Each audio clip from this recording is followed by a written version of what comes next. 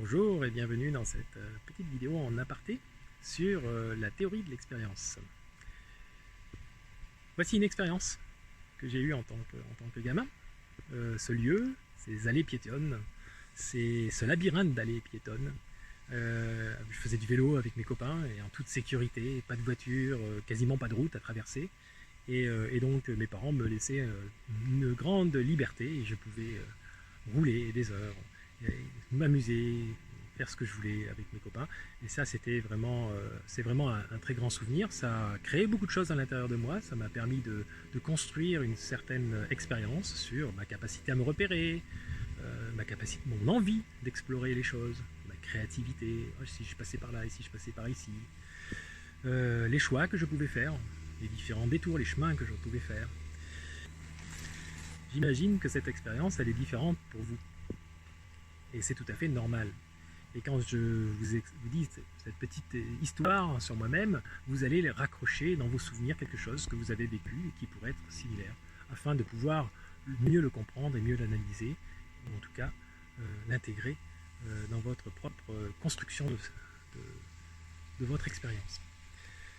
L'expérience, elle est à nous, nous la créons, nous en sommes responsables.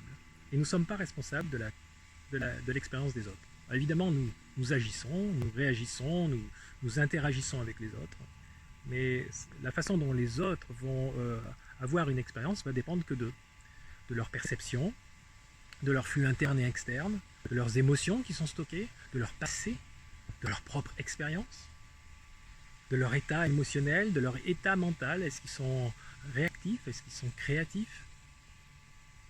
Ça va dépendre de beaucoup de choses.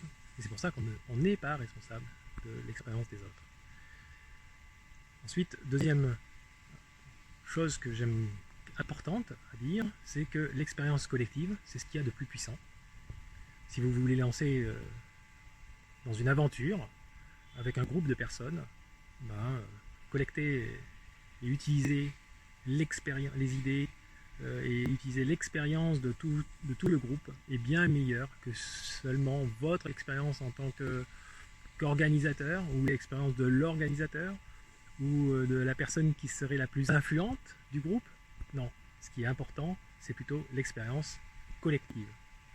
Et c'est pour ça que c'est un véritable challenge, un véritable défi, souvent, de faire coïncider des expériences aussi différentes, mais c'est aussi sa richesse. La richesse vient dans la diversité de ces expériences.